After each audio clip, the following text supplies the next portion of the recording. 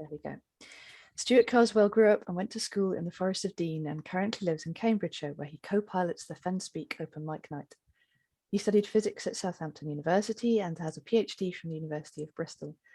His poems have recently been published in magazines including Under the Radar, Envoy, Ink, Sweat and Tears, and the Fen and Read.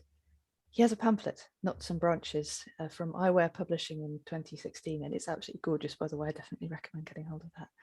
And his debut full-length collection, which we're all here to celebrate, is called Earthworks from Indigo Dreams. It's published this year, that's this week, I believe. Very exciting, very fresh. Please join me in welcoming Stewart. Thank you, Fay. No worries.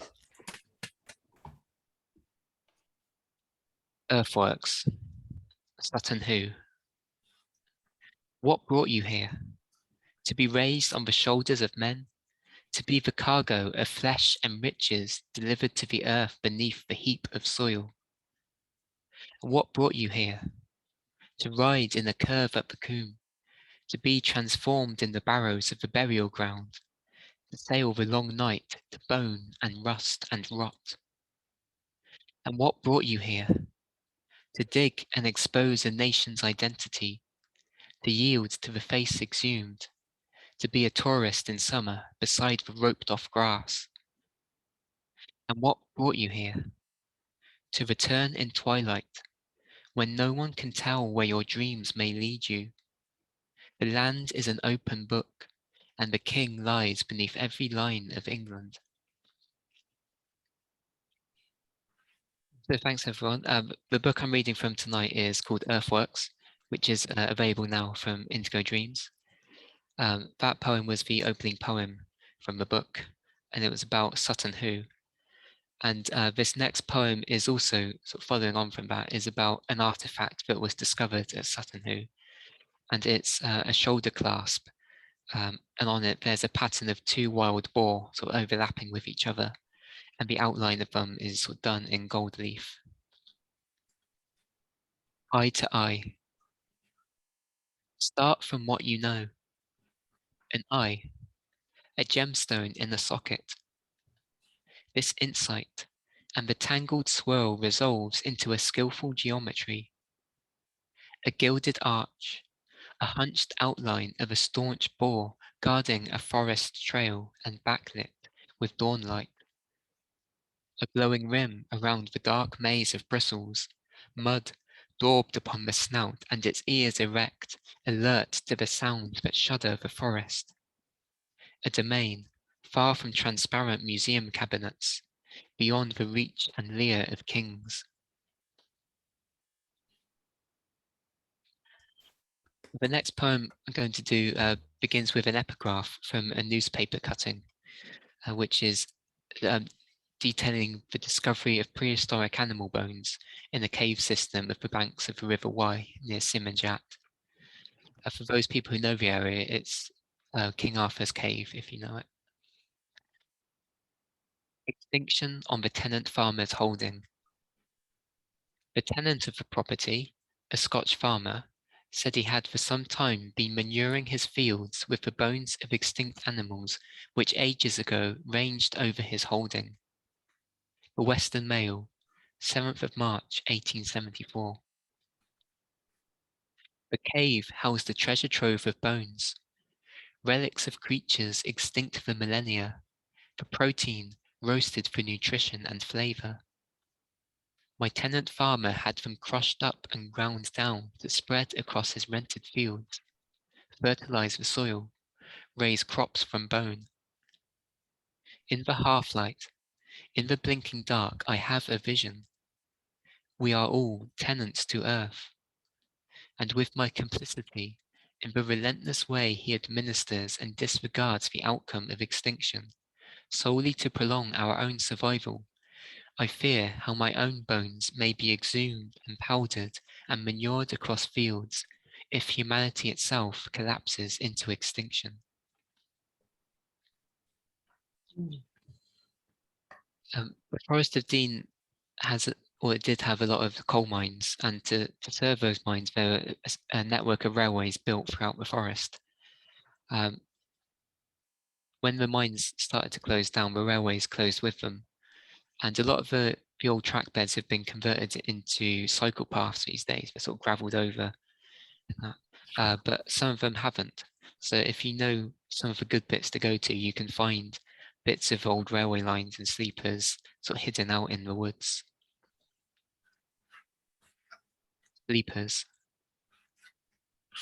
A curtain of ferns spreads at eye height to a child and parts from the push of a hand to expose the shrinking clearing and the treasure at its centre. An ancient sleeper, laying like a sunken casket and shrouded by a puzzle of oak leaves. The specimen ornamented with metalware, rusted plates and bolts, brooches carried by the dead to the next station of life. Close the curtains, change the scene. A figure stands at the end of the platform, his face masked by a flag. Steam spirals around him, a spire above rows of sleepers. And there is one line, drawn from childhood through junctions to connections, and the destination is close to definition. I feel the platform vibrate from something about to begin. The figure sounds his whistle. His flag drops, and it is my face unmasked, and it's time to leave this dream. And I see it now. The trackbed has lost its track, and I have lost track of time. I get up to check my phone, but there's no signal, and my daughter is asleep, habitually dreaming of a better life to travel in. And I see it now. The ancient sleeper is a relic, an inherited burden, second-hand history. I step outside, and the first engine of the day sets out light, and I see it now. I know what to do.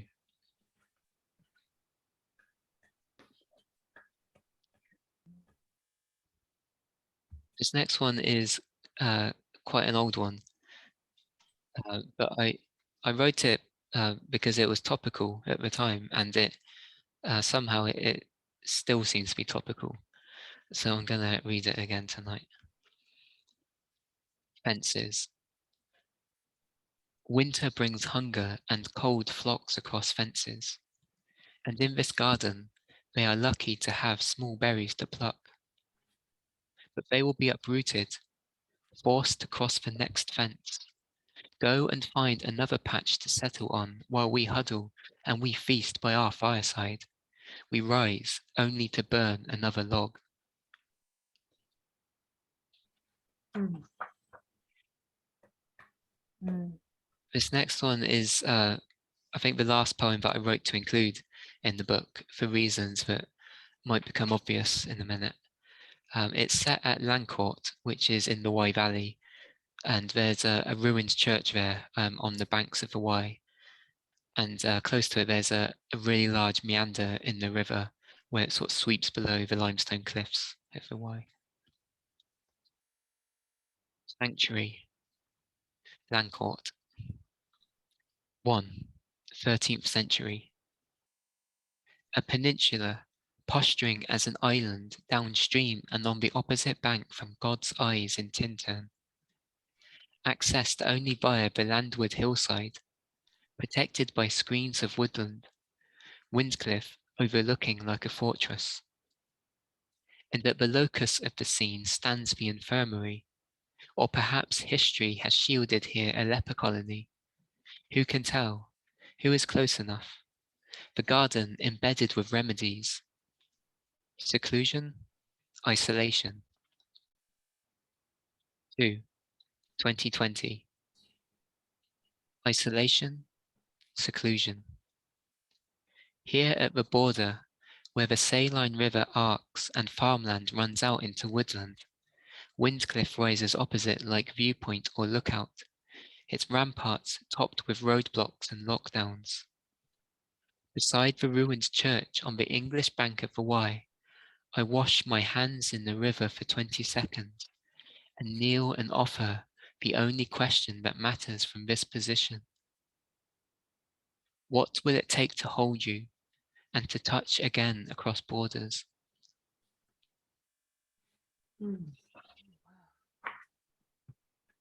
This next poem, Staying in the Forest of Dean, is about St. Anthony's Well, which is it's a natural spring in the forest, and around the spring is a stone bathing pool with steps leading down into it, so that you can step down and sort of bathe and clean yourself.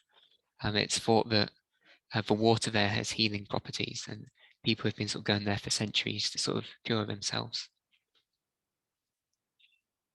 St. Anthony's Well. Come here when your life is clogged or blocked by boulders. Come here, despite your judgment. Come here, where the secret water hoard begins to seep through filters of roots, the whole hill weeping its catchment rainfall through a tear in the soil at the spring. A thin trickle, a sparkling gift for life. One by one, descend the steps into the chill of water, immerse your tender body, and rise again, step upon the earth revived, and know it is a gift, and know it as salvation.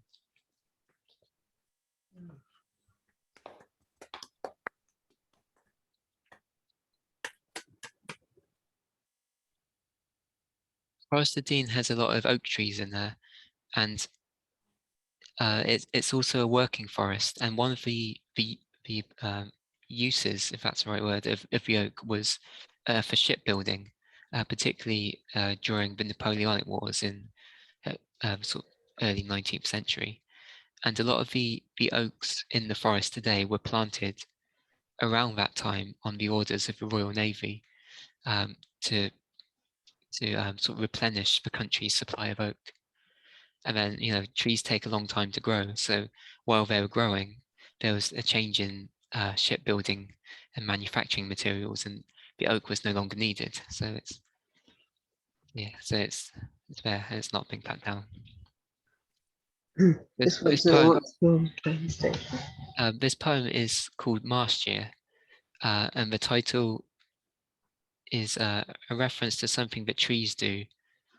So every couple of years they produce a large number of seeds, and then they don't produce so many.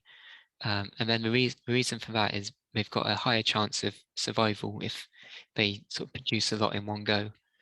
If they did a lot every year, then animals would get used to the tree being a good source of nuts and acorns. This is Mast. Fire. Thousands of shells, all toughened and strengthened, shot from the sentinel towards the target, and fire. Another round, thousands of them, the whole vessel stocked and loaded, every action leading to this moment of impact, and fire. Another round, thousands of them, all dropping towards the softly rotten forest floor. Thousands of them. It's a Mast year, when the oak is overwhelming the forest with acorns. Saturation, its best chance of victory, and its legacy, a new life. Squirrels are unprepared for the autumn barrage. They collect their quota, stash it in a winter stockpile, and leave the surplus dormant. They can't take it all away, but I can. I check the trap, reap a fresh squirrel from a metal noose, and drop it in the sack. I prey upon these creatures. It's a tough season to weather, and you don't stay alive without preparation, and I mean to survive. Or at least for as long as my stub of life permits me. The house is waiting. The thatch needs thickening. The axe needs sharpening. The stew needs a squirrel. A spray of snow blasts the side and leaves white ripples in the bark's furrows. A sway of snowdrops blooms with the thaw and leaves white petals across the forest floor.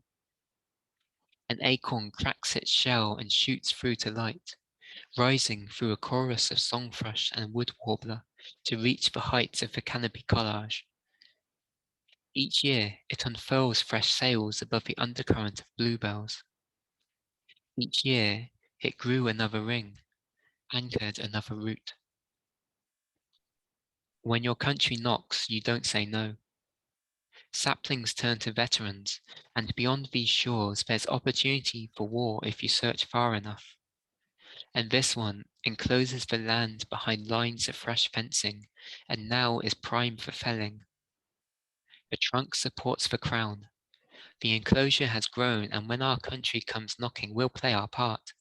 Sharpen the saw blades and supply the shipyard.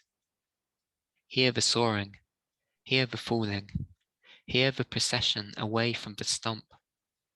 6,000 unique shapes, each ingrained with history. Get to it. The hammer, the axe, the adze, and the chisel. Quick, there is a war. The keel, the planks, the stem, and the frame. Supply the timber, the deck, the stern, the hull, and the mast. Serve the country, the root, the branch, the trunk, and the figurehead. Shipshape. 2 years at sea, and we have pursued to the far shore of the Atlantic and back, and forced our foe to moor in port. The latest report from watch is they're preparing to sail again, to break the blockade and march their ships in a line, aiming their cannons at victory. 2 years at sea. We are eager for conflict to resolve the tension.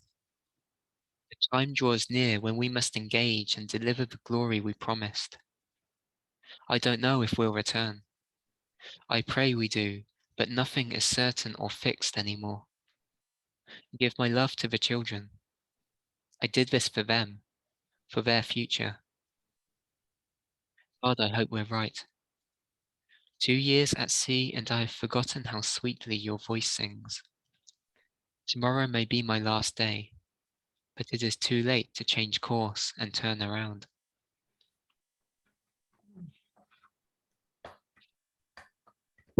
So throughout the book, Earthworks, there's a sort of series of poems that all share the same title. And this is not because I'm lazy with titles or anything. It's because they each explore a different sort of historical earthwork throughout Britain.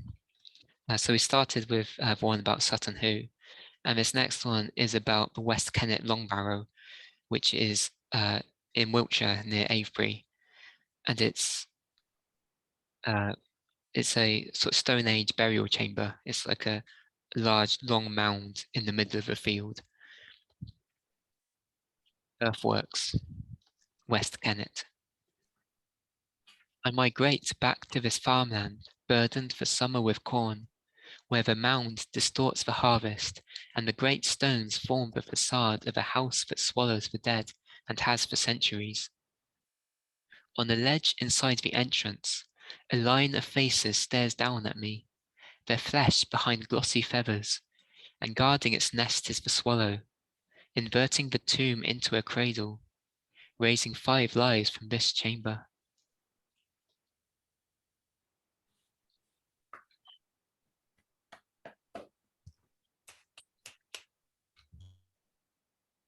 This next poem is also in the forest. It's set at Little Dean, which is on the edge of the forest. And there's a Roman temple, which is built on a hill overlooking a large meander in the River Severn. It is Silver Tern, Little Dean. Trace of a temple, an outline of a religion emerging through the scraped back layers of brushed earth. A square courtyard, stone walled and fountain fed.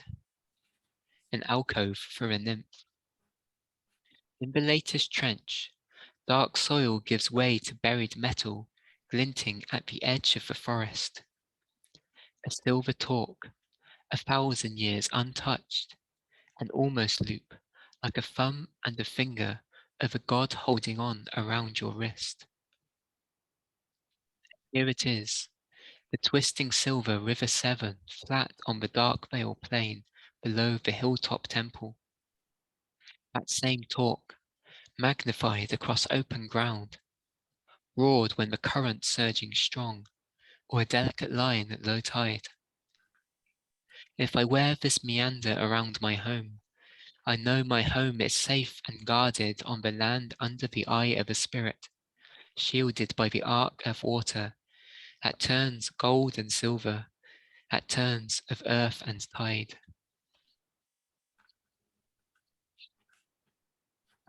So when I was putting the manuscript together, I had a few attempts before that.